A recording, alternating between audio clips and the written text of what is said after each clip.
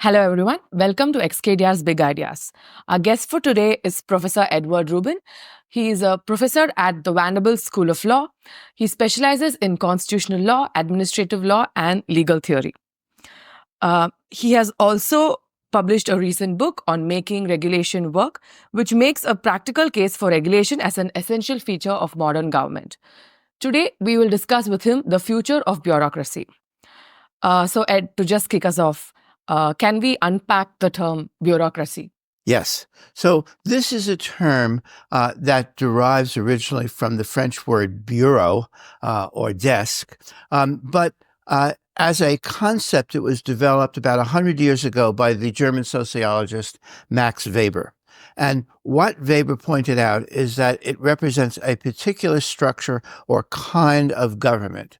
The features that he identified are a defined jurisdiction, a hierarchical organization consisting, and this may be the most important element, of people who are chosen for their credentials, either experience or educational training, and have a full-time job working for the institution. This is as opposed to the pre-modern pattern where jobs or positions were chosen on the basis of patronage, on the basis of family, on the basis of connections, and the person chosen did it as a part-time function of being a landowner or being an aristocrat in general. But these are full-time credentialed employees who have expertise in the field, and then they work full-time and they create permanent files so that the institution has a immortality. It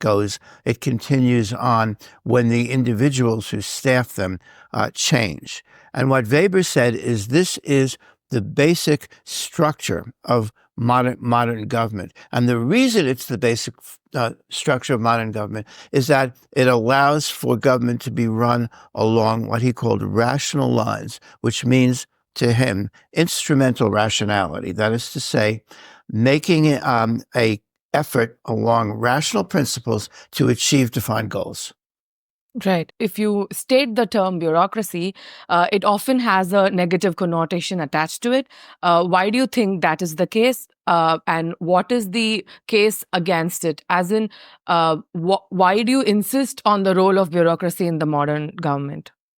So, the term has developed a very pejorative connotation, as opponents of it have used that term as a kind of a imprecation. I actually prefer to use the term administration and administrative agency to bureaucracy for just that reason.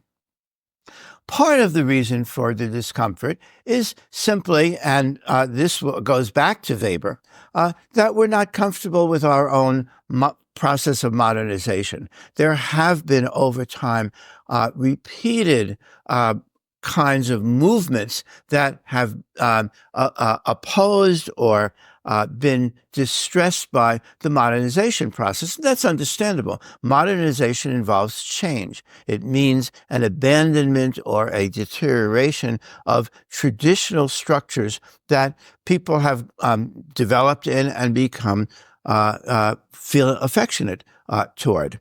So in the Western world, a lot of modernization involves secularization. It involves the deterioration and abandonment of religion. And obviously, this is a distress to people. The promise of salvation, the promise of redemption is gone as you move into the modern world. Many cultural features of pre-modern world disappear. The rural village disappears. Some of the cultural features that we associate with the ceremony of the pre-modern world. If you just think about moving from ceremonial dress to the t-shirt and jeans or even the business suit, there is a more specific source of objection, which is modern government bureaucracy is the way we get things done, and therefore the way we achieve social justice,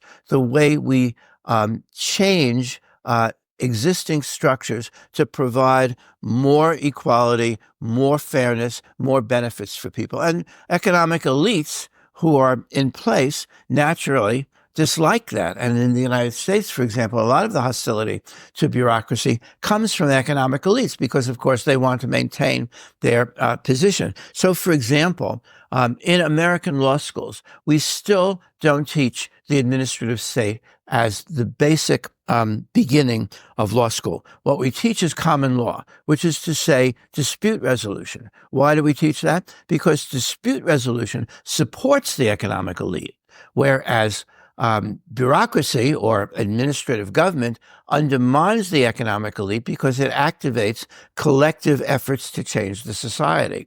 And so the economic elites have succeeded in keeping law schools from teaching modern law and insisting that they teach 19th century law of dispute resolution.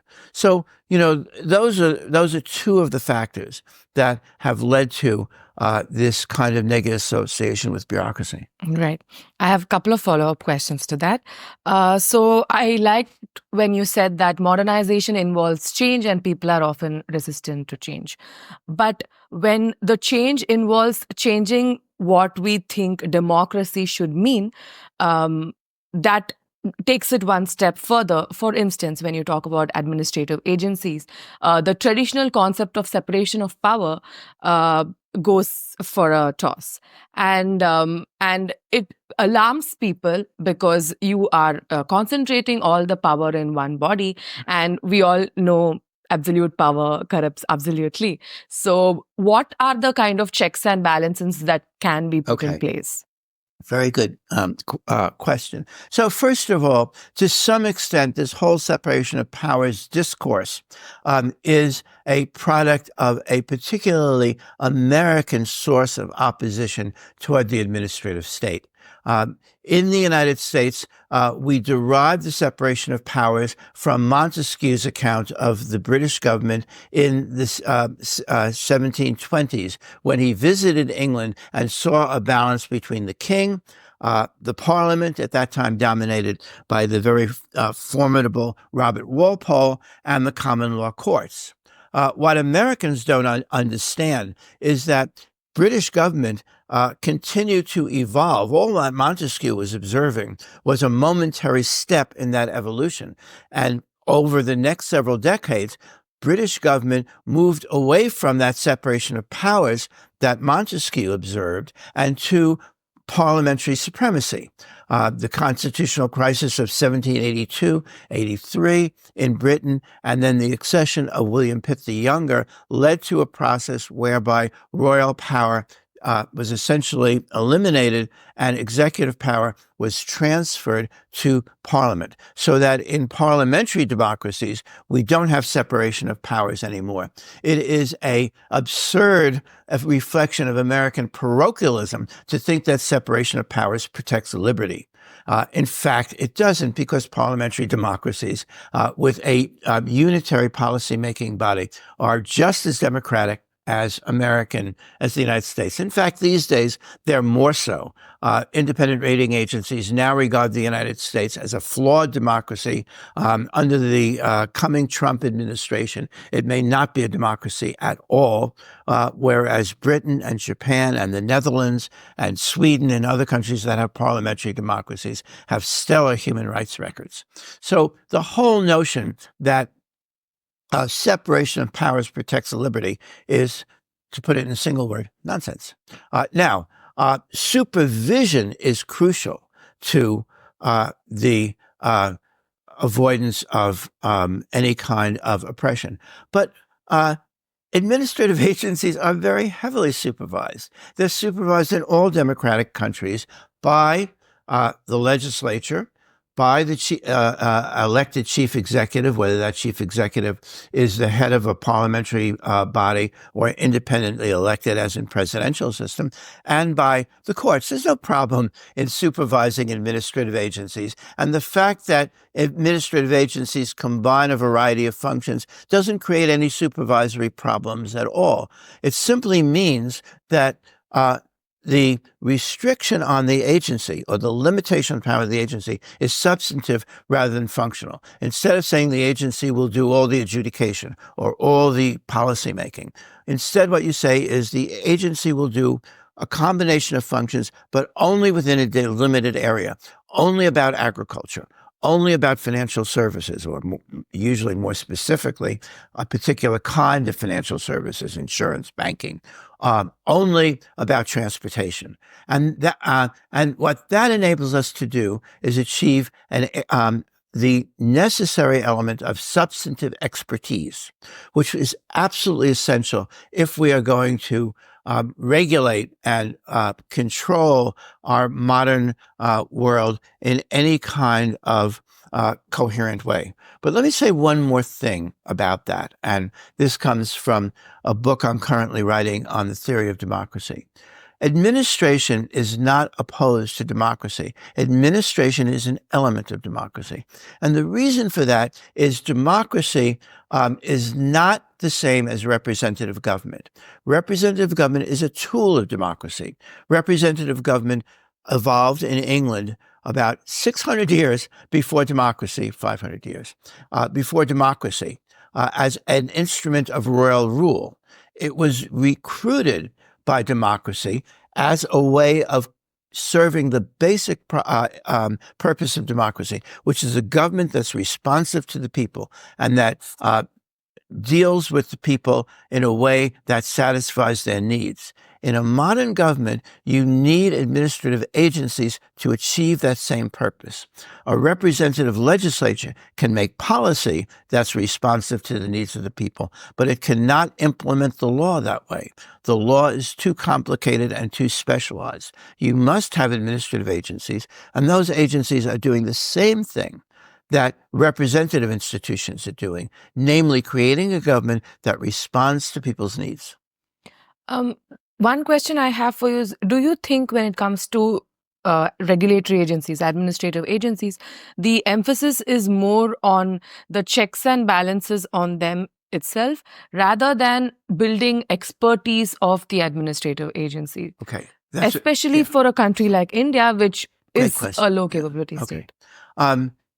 Yes, I think that it's very important to regulate and control administrative agencies, and we've done it the wrong way. Let me go back to Weber.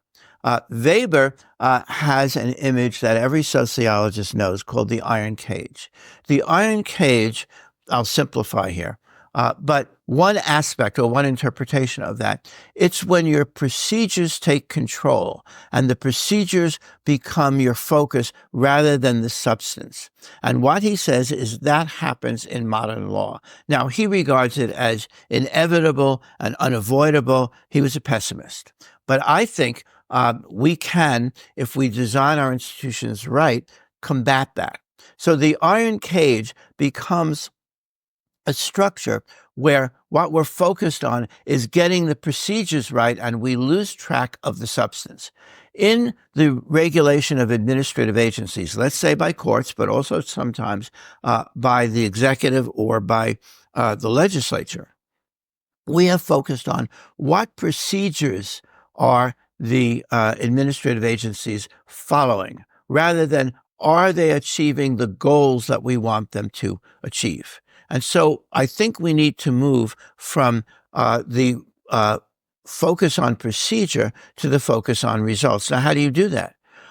You do that by instantiating the standard notion of policy analysis that generally specialists in policy theory have identified as the way to solve problems. First, you have to define the problem you're trying to solve. Then you have to generate a range of alternatives that might solve the problem. Then you evaluate each alternative and you choose the one that's most promising. You implement that alternative, preferably on an experimental basis, see how it works, and then revise it and then implement it more generally. You then keep monitoring it and correct it if it's not achieving your goals. And if it's a real disaster, and that happens, you go back and you start the process again, you generate a new set of alternatives, and that's a serious way of solving problems. courts could impose that on administrative agencies rather than looking at the procedures that administrative agencies follow. They could ask, have you defined the problem? Show us your problem definition. If it's not adequate, if it's not clear, tell them to go back and do it again. Have you generated a sufficient number of alternatives? What? Only 2? That's not enough. Go back and give us 5. Did you go through the proper analysis? Now, you don't want to get into the substance. You don't want to second guess the agency on the basis of its expertise. No court is going to be able to do that. But have you generated research? Have you looked into all the sources of information that might have told you whether this is good policy? Did you evaluate the policy? Did you do a conscientious job of figuring out whether it works and whether it's really serving the needs of the people? That is something that supervisors could do. A legislature can do it, a chief executive's office can do it, and courts can do it. But it involves a change in focus. And that's the escape from the iron cage. That's the way we get away from making the procedures the purpose and sort of elevating them to the highest level and maintain our focus on what are we accomplishing and are we doing the essentially democratic job of administrative agencies, which is to serve the needs of the people. I think you really hit the nail on that one. Most of the time, especially given the fact that we know administrative agencies will have a certain level of concentration of power, even if we do not intend to give them, it makes it even more important that there is a strong case for even creation of such an agency.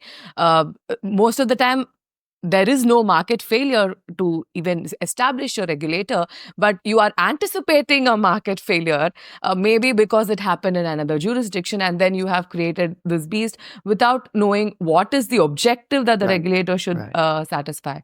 Okay, my final question to you is, do you have any thoughts for India, any advice for India? Okay, well, I've been here 2 days, and I've been very pleased at the reception I've been given. I already have a sense of what a rich and wonderful culture it is, but I would not presume after arriving for 2 days to expatiate about what India should do. I know people, and I think law professors are particularly prone to this, who have done that, and it usually doesn't sound right to the people who you're preaching to. But let me say one thing generally as a follow-up to what I was saying before.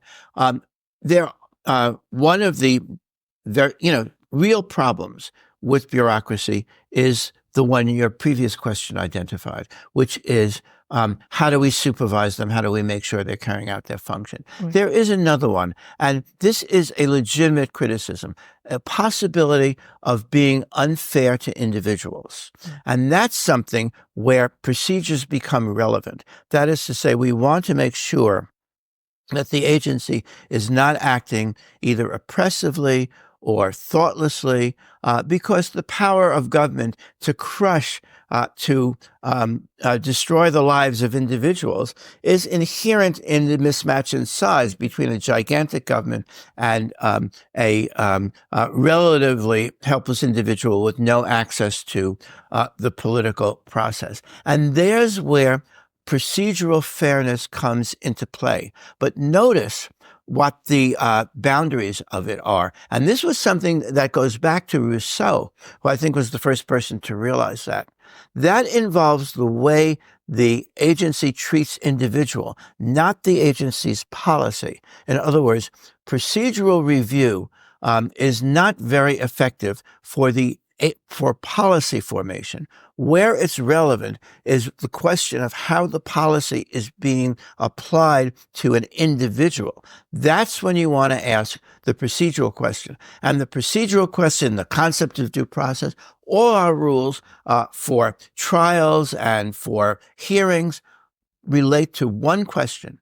Does the individual belong to the general category that the legislature or the agency has defined as being a category that is subject to some kind of treatment. So, for example, if you're imposing a tax on butchers, you don't want to use procedure to ask, should you have a tax on butchers? That's a question for policy level analysis. But the question you have to ask is this particular person a butcher? Maybe the answer will be, I only sell veggie burgers, so I don't fit the general category of butcher. Or I'm a citizen of a different state. I'm not in Uttar Pradesh. I'm in Punjab. Don't impose a Uttar Pradesh tax on me. So those are the kinds of questions about the relationship of general principles to individuals where procedural protection is important. Right. And you think the courts play a role? For instance, policies often don't catch up with the innovation in the market, and then there leaves a residuary set of firms or individuals who are actually not governed by the regulation at all. And then there is an downstream problem about it, debate about it, and often it ends up that the courts have to decide on interpreting it, when the courts do not really have the expertise of that policy itself. But you see, that's my point. It's a good question. The expertise of the court is precisely in determining whether the general policy is applicable to the individual, because that is law, and that is where the court's expertise lie. In other words, it's the agency that formulates policy. It's the agency that will tell you, for example, that this pesticide is dangerous and that pesticide is not. A court is not going to look at a chemical formula and be able to tell. But once they've defined the rule, that rule has to be comprehensible to people who make pesticides. And if there's a mismatch there, if the court has, if the agency has incorrectly applied its pesticide policy to a company that's not making that pesticide, then that's a legal question, and then that's a question that the courts can answer. And the reason that the courts can answer is at the point of application, the policy has to be understandable to private parties.